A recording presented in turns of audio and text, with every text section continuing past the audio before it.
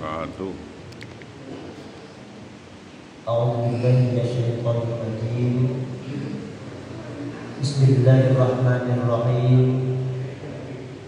Alhamdulillahirabbil alamin wassalatu wassalamu ala sayyidina wa habibina wa syafiina wa maulana Muhammadin wa ala alihi wa sahbihi wa man tabi'ahum ila yaumiddin. Rabbi shrah li sadri wa yassir li amri wahlul 'uqdatam min lisani yafqahu qawli. Amma ba'd. Para alim, para ulama, pengurus Masjid As-Sakinah dan Bapak Ibu jamaah sholat maghrib, insyaallah sholat isya yang dimuliakan oleh Allah. Alhamdulillah, summa alhamdulillah, tak henti-hentinya kita bersyukur kepada Allah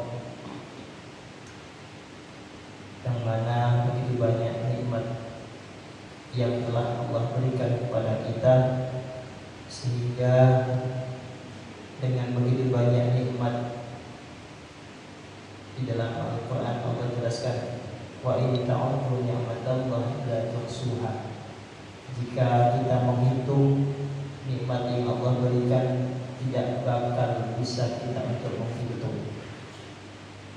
Maka berkaitan dengan nikmat, Allah tidak menyuruh kita untuk menghitung. Allah tidak menyuruh kita untuk menghitung berapa besar, berapa jumlah, berapa banyaknya nikmat yang telah Allah berikan kepada kita. Allah tidak memerintahkan kita untuk menghitung, tapi Allah memerintahkan kita untuk bersyukur, untuk mensyukuri atas segala nikmat yang telah Allah berikan. Semoga segala nikmat yang Allah berikan kepada kita, kita gunakan untuk semakin lebih dekat kepada Allah. Itu artinya kita bersyukur segala nikmat yang Allah berikan kepada kita. Amin ya rabbal alamin. Bapak Ibu sehat ya? Sekarang musim hujan Pak, siap-siap payung sebelum hujan. Musim-musim. Setiap musim hujan, ya musim apa? Musim batuk, pilek misalnya ya. Ya, itu bawaan alam, sunatullah. Bapak Ibu yang kami muliakan, pada minggu yang lalu kita masih menceritakan tentang hal-hal yang berkaitan dengan sunnah-sunnah ada di dalam sholat.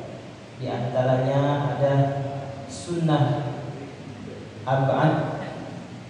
Yang kedua, di dalam sholat itu ada namanya sunnah hayat.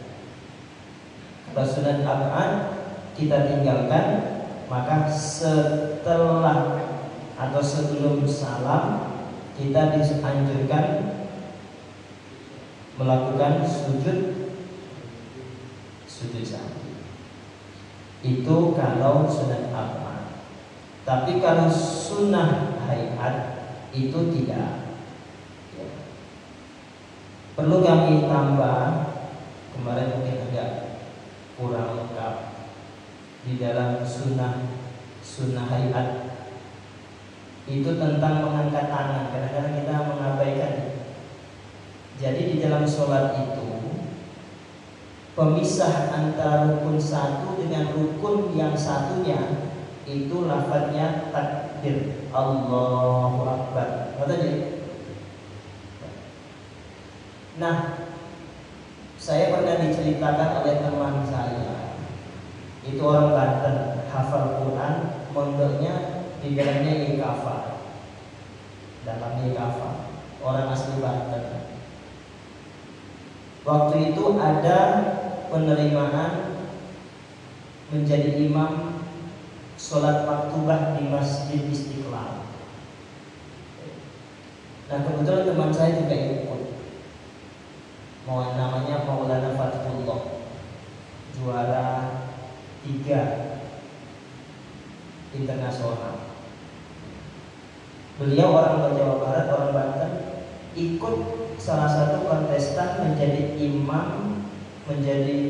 imam sholat maktubah di Masjid Istiqlal. Pesertanya yang jelas syaratnya itu harus hafal 30 juz, jelas. Itu mutlak. Kalau masjid-masjid kita cari imam yang 30 juz ya, yang gak ada imamnya kok ya. Ya Allah. Lah akhirnya teman itu ikut tes. Saya ingat sampai sekarang. Dalam segi makhrajnya, dalam segi bacaannya, yang ikut tes kurang banyak, lebih dari 20 orang. Semuanya hafal Quran, semuanya ya pondokan. Nah suaranya semuanya bagus, bacaannya takdir 30 juz. Nah yang saya ingat itu, ternyata setelah teman saya nggak lulus tes itu, kemudian diceritakan apa sebab nggak lulus. Nah ini perlu kita ceritakan saat ini. Ternyata imam itu takbirnya itu Pak, bukan hanya sekedar takbir Allahu Akbar, Allahu Akbar, sami Allahu liman hamidah. Bukan hanya melafazkan bacaan pemisah antara rukun satu dengan rukun yang lain, tetapi seorang imam takbirnya itu memberikan iklan, memberitahu kepada jamaah ini wayai ngadeg, ini wayai rukuk.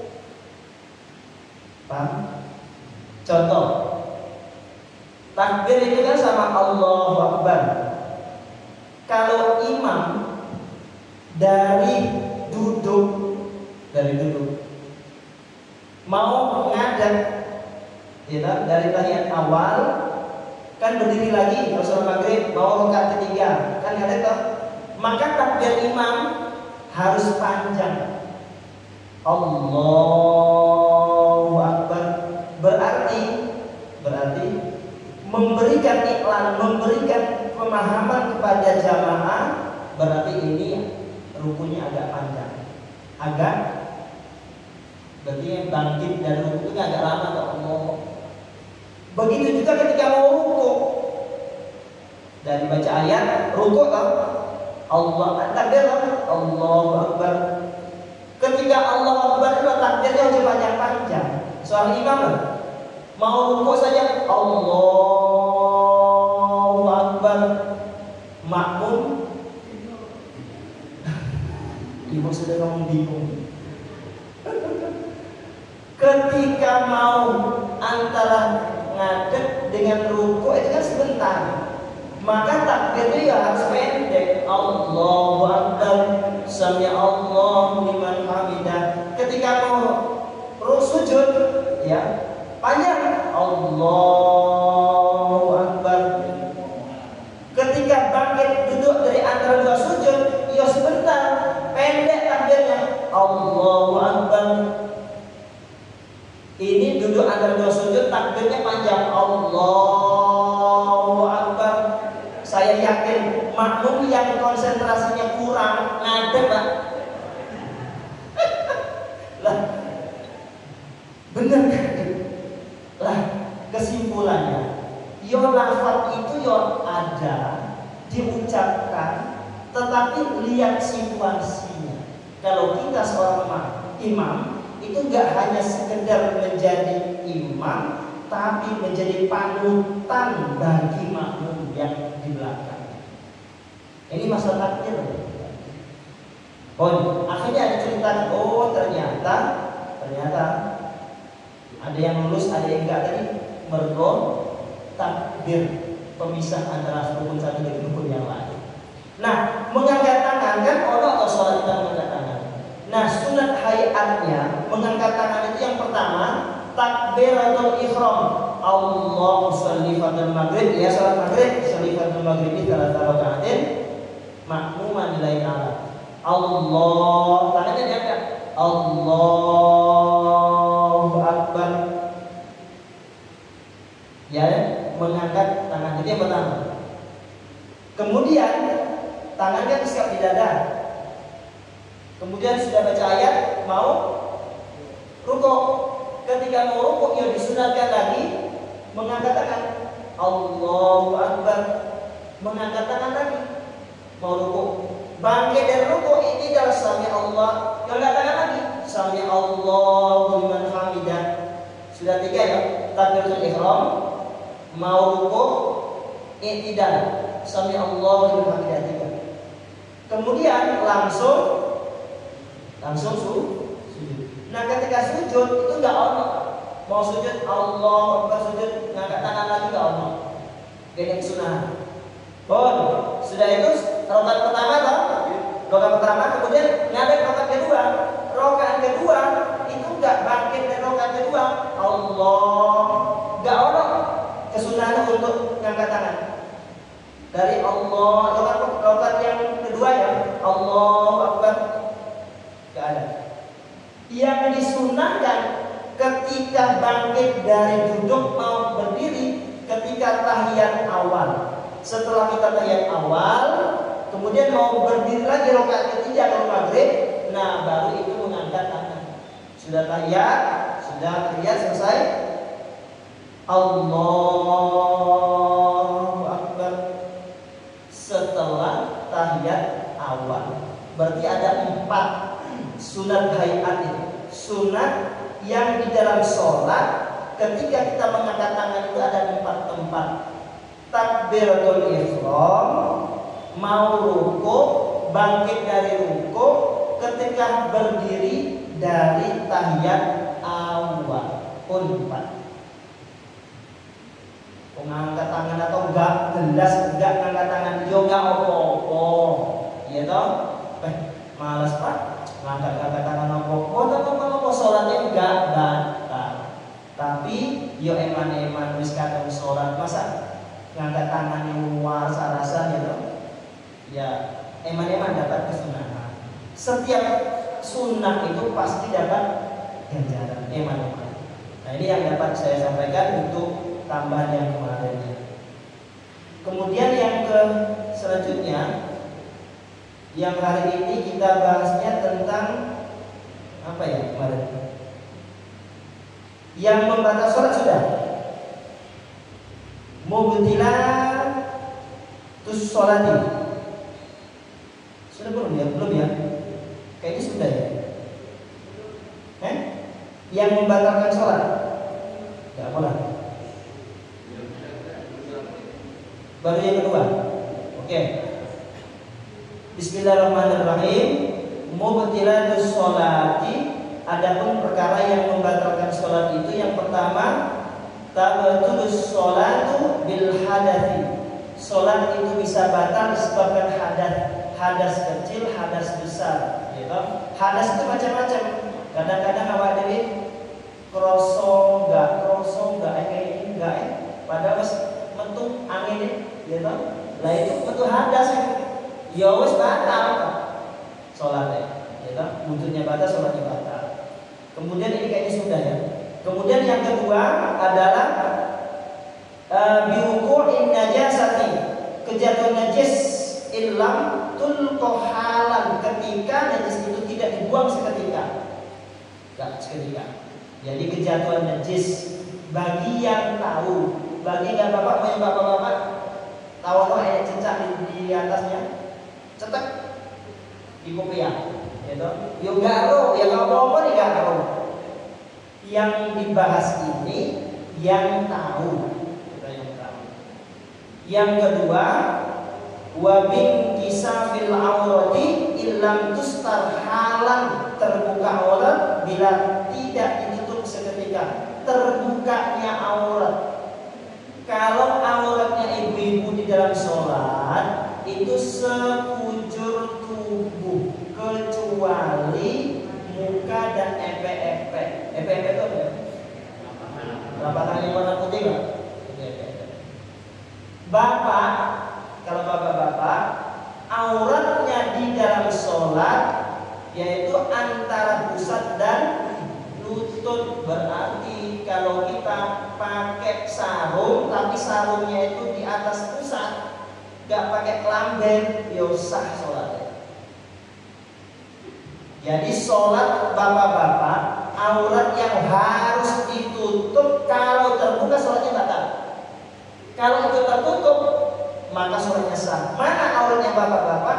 Antara pusat dan lutut. Berarti kalau pakai celana pendek, ya di bawah lutut, ya udah apa. Tapi kita bahas tentang kepantasannya, pantas orang menurut pakai ote-ote ya tuh, kelambi apa? Ngono kuwi salat yo sah, tapi pantas apa ora? Menurut. Yang selanjutnya yang ini. Yang perlu kita bahas malam ini adalah ini. Yang membatalkan sholat ini menambah rukun fi'li. Menambah rukun fi'li ini apa? Menambah rukun di dalam sholat yang rukunnya itu termasuk rukun fi'li, rukun perbuatan. Jadi rukun di dalam sholat itu ada dua, rukun fi'li dan rukun qauli. Kalau rukun fi'li di dalam sholat, rukun yang dilakukan, yang disengaja melakukan, gerak-geriklah. Tapi kalau rukun yang berbangsa qauli, rukun yang harus kita ucapkan, kita baca. Ada dua. Nah ini membatalkan sholat ini termasuk menambah rukun yang berbangsa atau rukun yang dikategorikan rukun fi'li, menambah gerakan. Makanya kalau kita sudah takbiratul ihram, jadi ketika sami Allahu liman hamidah, tangan kita kan diturun kan? Ada yang diturun, ada tangannya disikat lagi. Sami Allahu liman hamidah, sikat lagi, enak.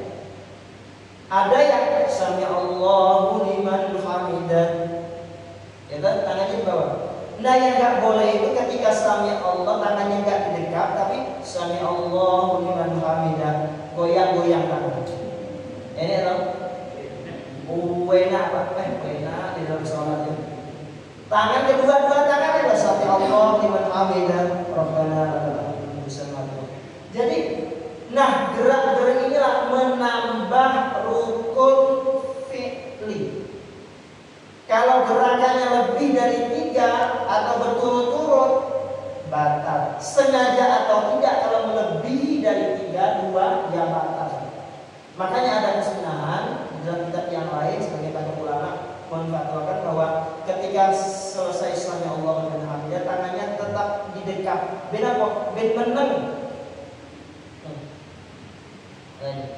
Menambah rukun fi'li, nggak boleh. Nah ada lagi di sini meninggalkan ini.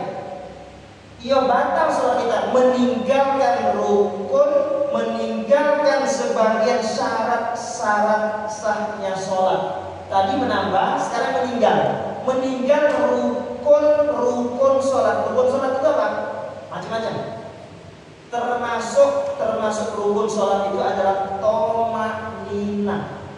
Apa? Toma'nina itu berhenti dulu. Jadi seolah-olah ada pemisah antara rukun satu dengan rukun yang berikutnya. Itu namanya toma'nina, mandek. Kalau nggak ada pemisah rukun satu dengan rukun yang berikutnya, maka itu nggak ada toma'nina. Kalau kita meninggalkan toma'nina, berhenti sebentar di antara dua rukun, maka sholat kita tidak sah. Kenapa? Ini tadi termasuk mubtilatus sholati adalah bitarki ruknin, meninggalkan rukun sholat. Halo? Ibu-ibu kadang-kala ya, sholat itu ini ngomong, ayo mbak ayo dong arisan. Lah siapa? Tunggu dulu, ayo tak sholat dulu, sholat dulu, lo mergo sholat dulu, akhirnya sholatnya kesusu. Dengan kesusu tadi tidak lagi menghiraukan namanya rukun kecil apa? Tomaknina. Masya Allah. Ini sering banget. Tak contoh yang menghilangkan tomaknina. Contoh ibu gak kelihatan. Ketika kita bangun dari ruku, tidak. Padahal dia sehat, yuk kuat, berdiri benar-benar berdiri ngadeg itu ya kuat. Tapi karena dia kesusu akhirnya meninggalkan rukun di situ, meninggalkan tomaknina di dalam tidak. Allah ini toh rukun tahu. Nah ketika sami Allahu liman hamidah, ketika sami Allahu liman hamidah, yuk ngadeg mandeg. Kalau ini gawat utama ini apa?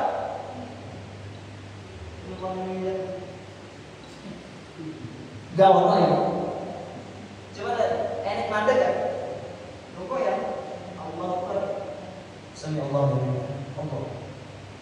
Gawat. Sholat kita seperti itu berarti di dalam iktidal kita nggak ono namanya tomaknina di dalam iktidal. Maka sholat kita ini tadi meninggalkan rukun sholat. Nah ini kadang-kadang itu tadi bangkit dari rukun. Itu kadang-kadang mau cepat-cepat. Kemudian juga meninggalkan sebagian syarat dari sholat. Syarat-syarat sholat. Syarat-syarat sholat itu apa? Kan sholat itu kan ada syarat wajib sholat. Sampai itu syarat wajib sholat. Yang pertama muslim. Nah itu syarat wajib sholat. Kalau nggak muslim nggak memasuki syarat ini. Yang kedua ada lagi di dalam syarat wajib sholat itu syarat sahnya sholat. Nah, kalau syarat sahnya sholat berarti kita sudah masuk waktunya sholat, menghadap kiblat, suci dari hadas besar maupun hadas kecil. Ini syaratnya sahnya sholat. Nah kita meninggalkan syarat sahnya sholat. Di antaranya biasanya kita tidak menyempurnakan wudhu kita.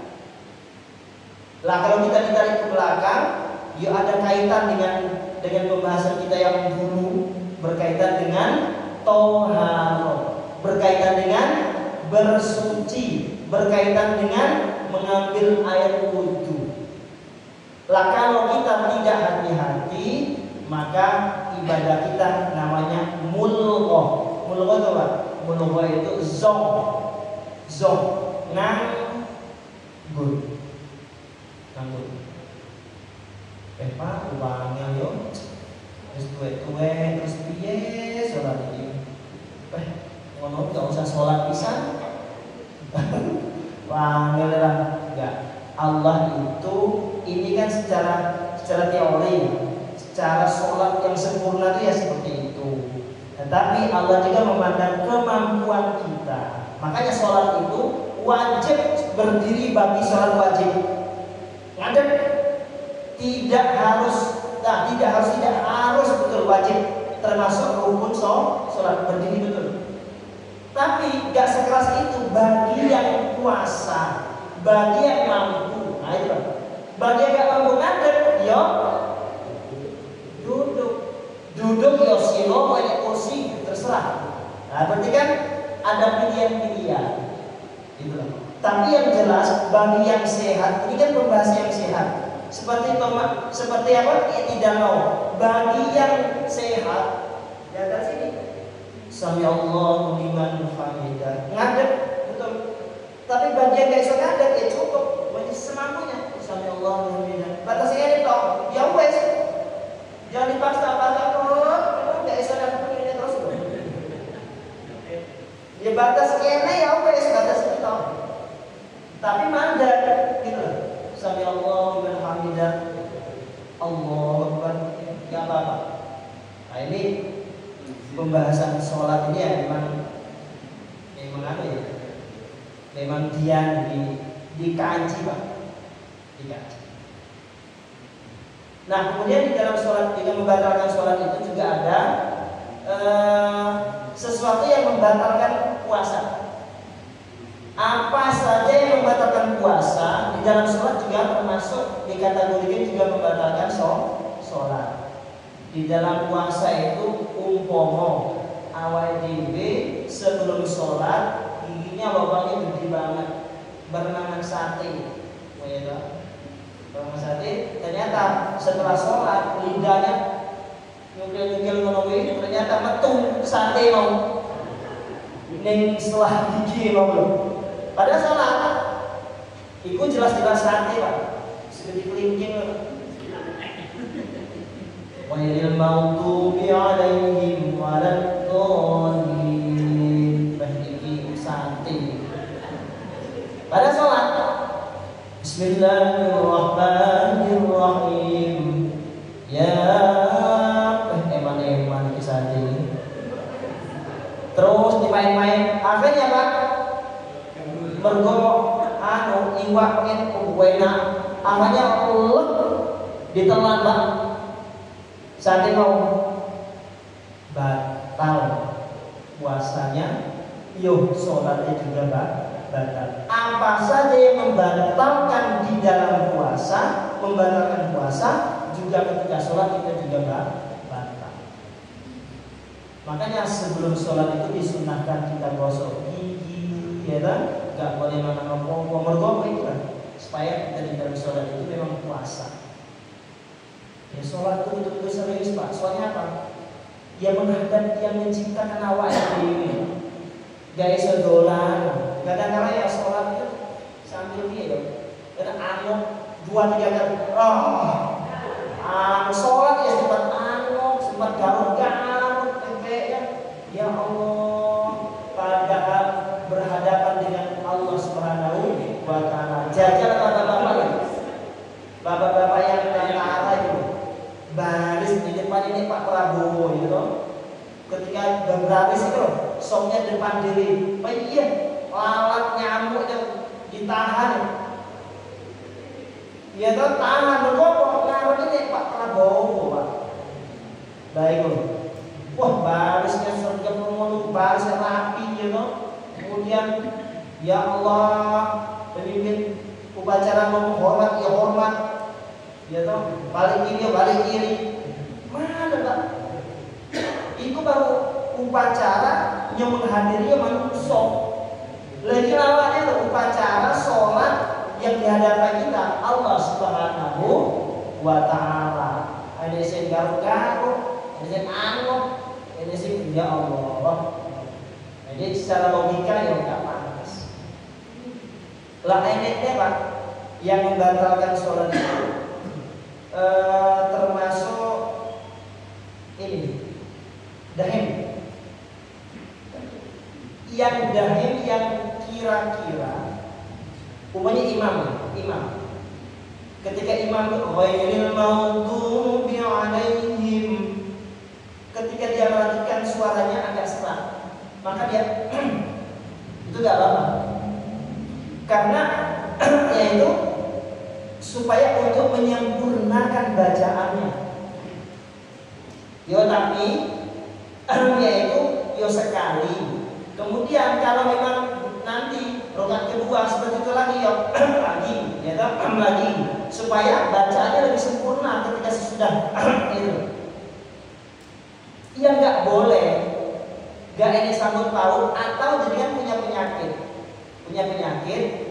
Kalau sekali buat benar-benar dia nggak jadi imam, makmum.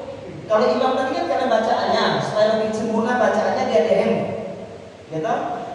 Bagi makmum 1, 2, 3. Dan satu, ya toh. Kemudian 2. Nenek 3 nih. Sampai berkali-kali yo batal Pak sholatnya. Yang pertama, gak ada kaitannya. Kalau memang kita itu menyebabnya orang lain itu gak khusyuk sholatnya, itu menjadi fitnah. Contoh saja lah, gak usah masalah dari. Contoh, awak dewe khusyuk apa enggak sholatnya? Di samping awak dewe ini koncone ambune gak penak. Piye? Ambune apa? Ambune opo? Ya Allah, mestilah yang disandingnya itu loh menghilangkan kehusukan.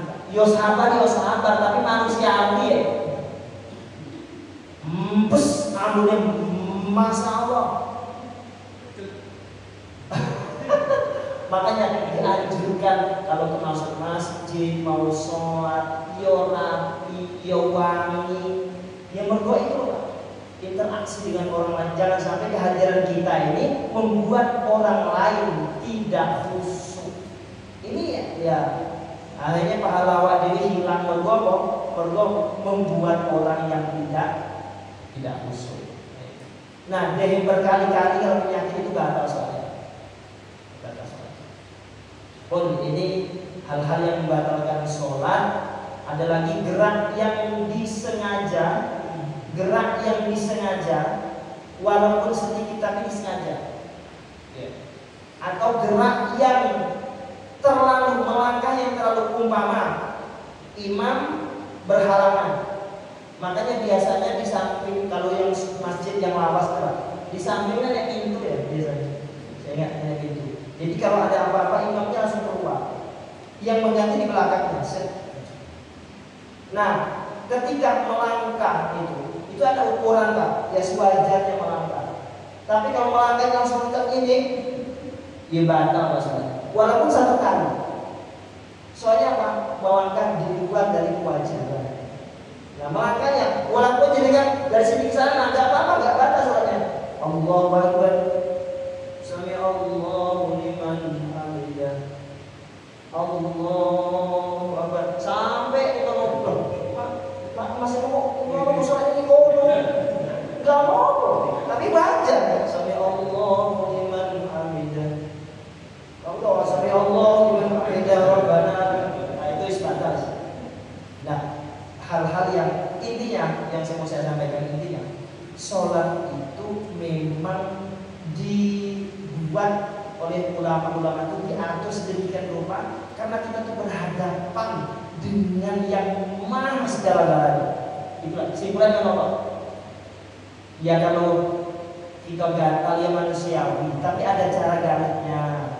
Kadang kalau kita umpamanya ada sesuatu yang di depan kita singkirkan, dia manusiawi, tapi sewajarnya. Kocok-moto, tahu-tahu sholat kocok-moto, pas Allah kan bisa, nggak apa-apa. Coba. Ada lagi, mungkin kita pernah lihat orang sholat sambil gendong anak, gitu. Kenapa demikian? Daripada dia anaknya nggak digendong, akhirnya anaknya kelayapan tinggi mengganggu jamaah, lebih baik anaknya dipegang, cek sholat. Bisa prakteknya. Jadi kan jajal sholat gendong ibu sudah praktek jajal putra terus gaul apa sudah jajal gendong ibu sholat sambil gendong ibu. Sudah sholat orang.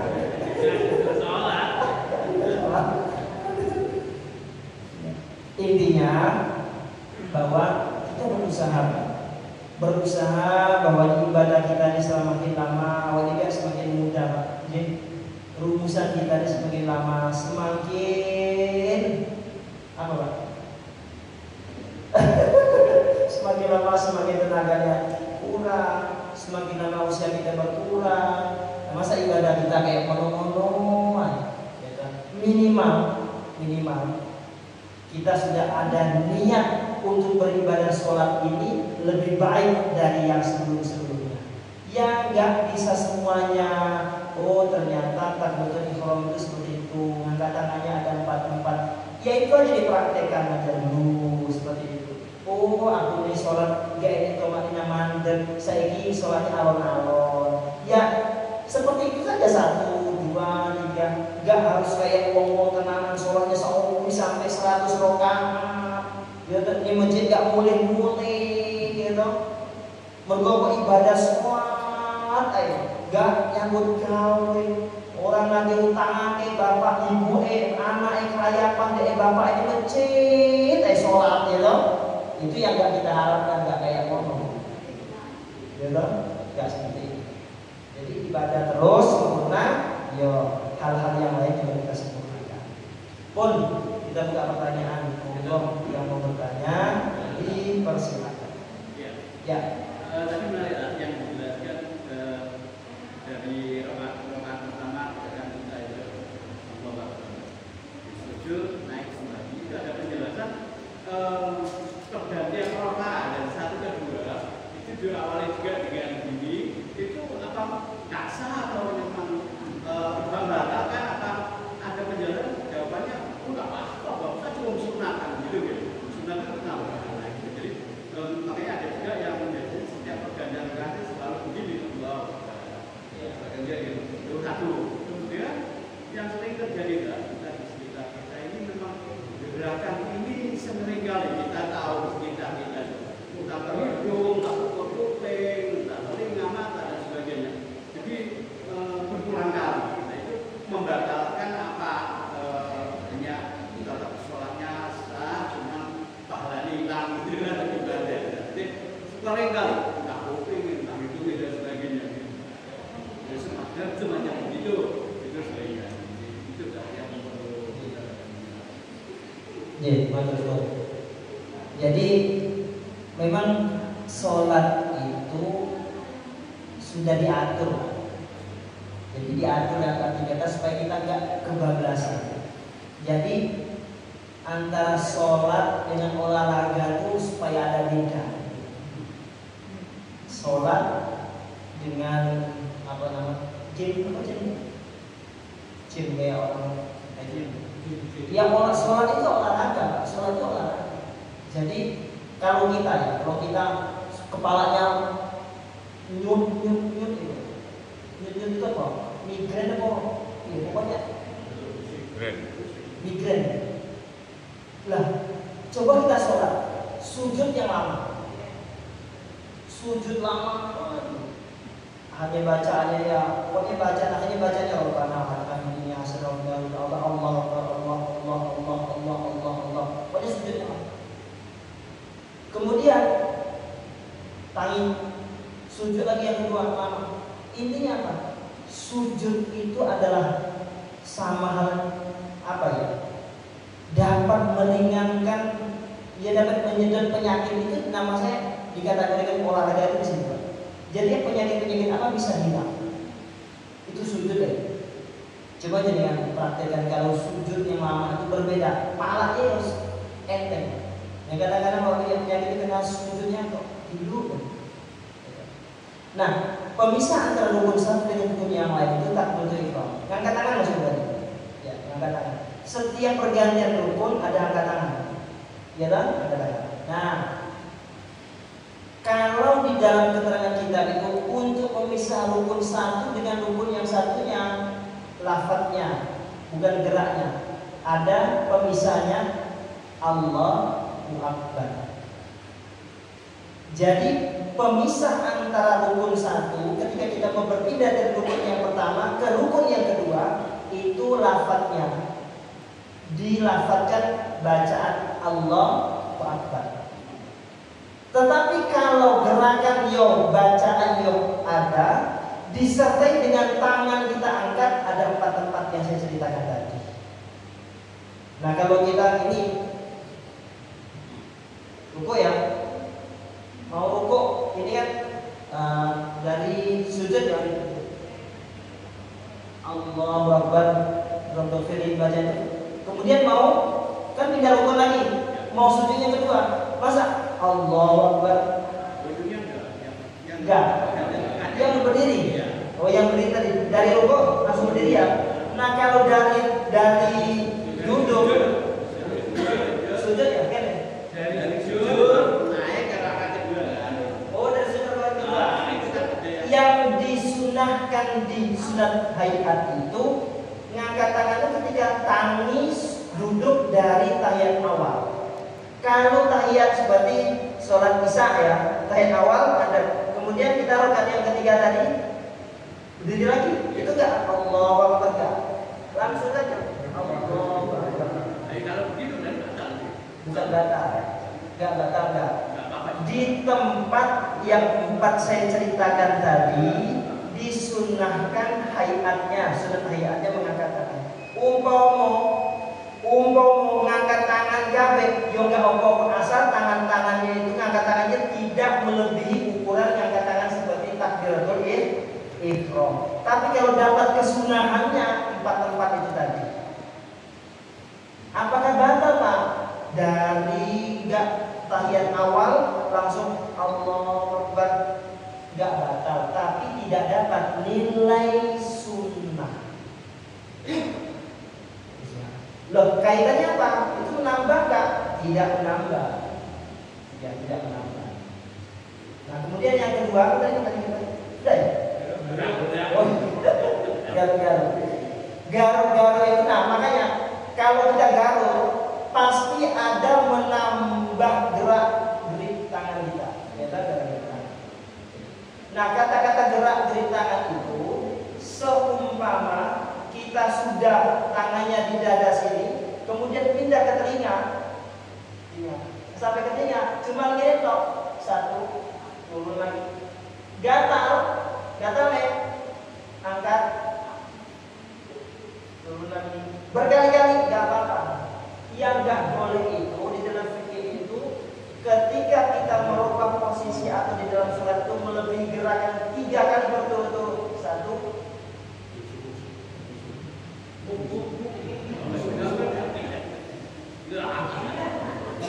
batal. Soalnya gerakannya kalau punya gatal banget, garuk ya apa-apa. Set gatal nih. Set gatal nih. Udah tolong konconnya, Mas, garuk Mas. Oh, gatal terus saya dalam sholat ini. Buyar sholatnya. Intinya di dalam sholat itu kita geraknya ditata supaya apa? Kita ini nyadar kita ini menghadap Allah gitu maksudnya. Gitu aja sebetulnya di dalam filsafatnya. Jadi kalau kita garuk ini kayaknya nggak menghargai yang di depan kita. Garuk boleh sholat. Wa'ilmautubi alaihim waladhdallin. Nggak puas Pak. Nah kalau mau garuk tenanan bar sholat aja. Kalau kita ngomong. Satu lagi dari pertanyaan dari ibu ini untuk dipraktekkan tayamum, dia mau dilihat dari belakang. Oh, tayamum. Ya, terima kasih. Tayamum kita bahasnya bab yang berikutnya ya. Pengen tahu langsung praktek. Ibu kita nggak kelihatan ya? Nggak kelihatan ya? Atau kita sepakat ya kita pengajian ini yang dibuka kamu ya? Nggak apa-apa. Nanti tamu-tamunya musyawarah sih nggak bisa meneruskan ya. Supaya ibu-ibu nanti kelihatan ketika pengajian ini disingkirkan. Ada video. Dan kelihatan Ada yang mau videonya. Tayamum gini. Tayamum itu yang pertama pakai debu yang suci, ya toh? Nah makanya ketika kita naik pesawat itu dipertentangkan, diperdebatkan, oh ini debu di pesawat itu, ya toh? Pesawat saya guys cakupan canggih kayak debu belas. Lah intinya umpamanya ada debunya di sini kan, saya ini debu. Biasanya mbah bagian itu botol sing di dalam tanah itu dibuat kayak botol merah. Kemudian ketika mau tayamum, botol mau dibisikkan ini kayak parut itu kan ini debu itu. Nah setelah itu kasar-kasar begini kan, debunya kan kelihatan, yang kasar-kasar kan turun. Lah debu yang ada di sini, ingat ini dua tangan, debunya satu apa ini? Tayamum itu hanya 2 anggota, tangan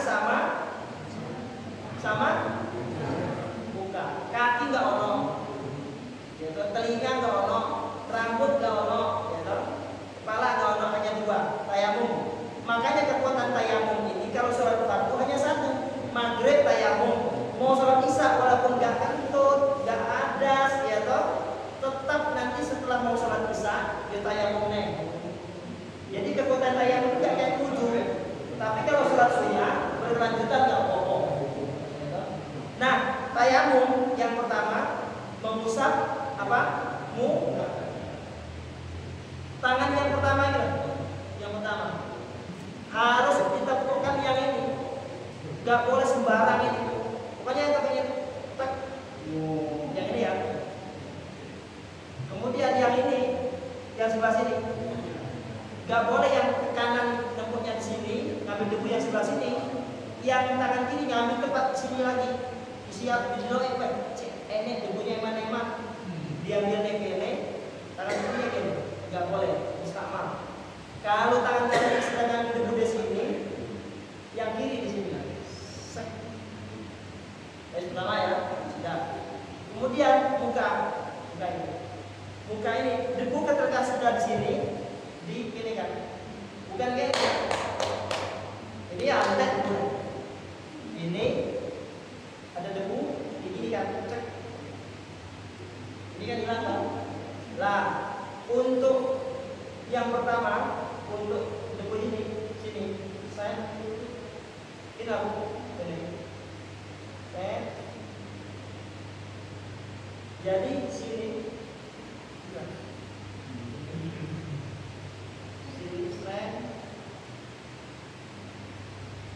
yang lebih enaknya itu tuh kelihatan aja ya. Yang kelihatan. Apa nih kalau? Hah? Ngincet ya? Apa punya ini kurang?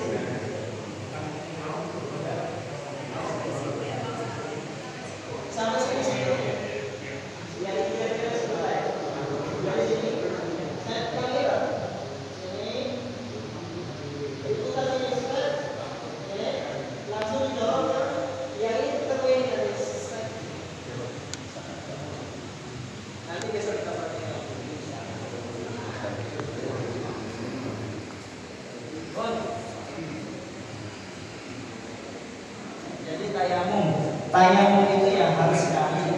Kalau kita mau sholat sunnah berkali-kali satu tayamum boleh. Tapi kalau sholat fardu satu tayamum, satu tayamum, satu sholat wajib. Pun ada yang tanya lagi? Jin. Waktunya nggak apa ya? Lewat. Waalaikumsalam. Berkaitan dengan kepada Allah. Iya. Saya seringkali sebelum melakukan hubungan pada suatu sunnah. Saya seringkali hubungan anak-anak muda. Kalau dia tidak pandai, Oh iya. dia punya saya juga kaya. Seringkali lihat bokongnya dia. Jadi saya ini bagaimana? Mau ngomong yang lain, mau nggak tahu, dia tanya ini ya batal. Ini berkaitan dengan etika. Ya. Kalau mutlak adanya, kalau auratnya orang laki-laki itu sholatnya di atas, di bawah pusar. Jadi pusar itu termasuk aurat, Pak. Berarti kalau kita kain itu di atasnya. Sini kan sini loh. Nah, jadi di atas itu di bawah lutut, gitu. Itu auratnya orang laki-laki. Nah, sering kalau kita sekarang ini lihat dia nggak pakai sarung, pakai celana jeans. Ya kan? Sering celana jeans pakai kaos, kaosnya pendek. Ketika dia ruku aja sudah mulai kelihatan, tapi nggak begitu banyak kelihatan. Nah, ketika dia sujud, saya juga sering sujud. Ketika sujud itu, jangan karena garisnya, jadi ini. Lah, kelihatan, Pak. Itu termasuk aurat. Nah, saya kira, ya, perkiraan saya, dia itu nggak sadar bahwa dia itu terbuka di belakangnya. Kalau dia berdiri seperti ini, dia menutup, Pak. Tutup seperti ini. Soalnya klaunya nggak tutup. Tapi ketika seperti ini, mesti terbuka.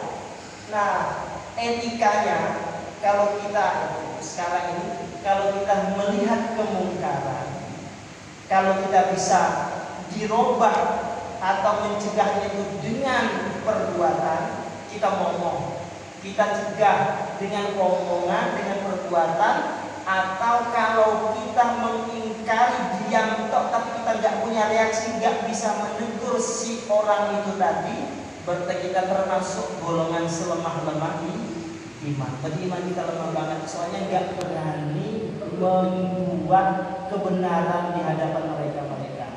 Nah, contoh, maksudnya yang saya ceritakan ini adalah tatkala itu sudah di depan mata kita, minimal kalau kita nggak berani, minimal menjadi koreksi kita bisa bercerita kepada orang lain bahwanya sholat seperti itu tidak diperkenankan. Minimal seperti itu. Tapi kalau kita berani ngomong, apa salahnya? Mas, ngapunten, masjid kita punya sarung, lebih sedikit pakai sarung.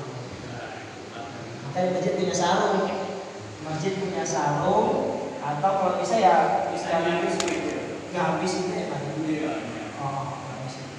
Saya juga lihat sering, Pak, di Masjid Agung itu sering. Nah, tapi bagi kita Masjid Agung punya sarung, kita beri sarung. Kemudian kalau dia berarti sholat saya batal, hotel pun jenengan ya sholatnya yang akan datang, jenengan perbaiki sholatnya. Kalau sholat sahurnya ada di sini, gitu. Kalau kita menegur orang itu kadang-kadang ya kita terancam, Pak, kalau nggak tutur kata yang baik, soalnya kita membuat mereka tidak nyaman. Makanya sholat ini, makanya mutung ya, Pak. Jadi cara kita yang sopan. Sampun. Ampun. Wis ada ya. Oke. Benar, tanya lagi? Benar, sampun. Ampun. Insya Allah nanti kita bahas untuk bab yang lain-lain, nanti akan kita bahas tanya jawab saja yang mana yang mau ditanyakan ya. Insya Allah nanti bab yang akan datang mubtilah sholat sudah, kemudian makruhatus sholat katsiratun minha. Jadi bab-bab yang hal-hal yang berkaitan dengan kemakruhan yang ada di dalam sholat. Coba nanti kita bahas yang akan datang. Makruh di dalam sholat itu apa? Sunnah di dalam sholat itu sudah, batal di dalam sholat itu, yang membatalkan sholat itu sudah. Nah, yang terakhir nanti bab sholat ini kita coba menceritakan hal-hal yang makruh yang ada di dalam sholat. Setelah itu nanti kita coba untuk hal yang lain. Sudah berbunyi loncengnya. Al-Fatihah.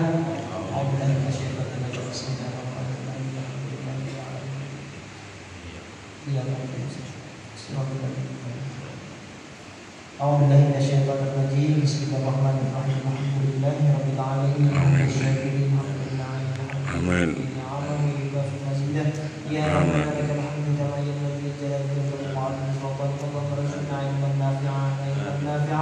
وعملا صالحا متقبلا ورزقا واسعا حلالا طيبا من والدعم اللهم ربنا آتنا في الدنيا حسنة وفي الآخرة حسنة وقنا عذاب النار آمين. والحمد لله رب العالمين.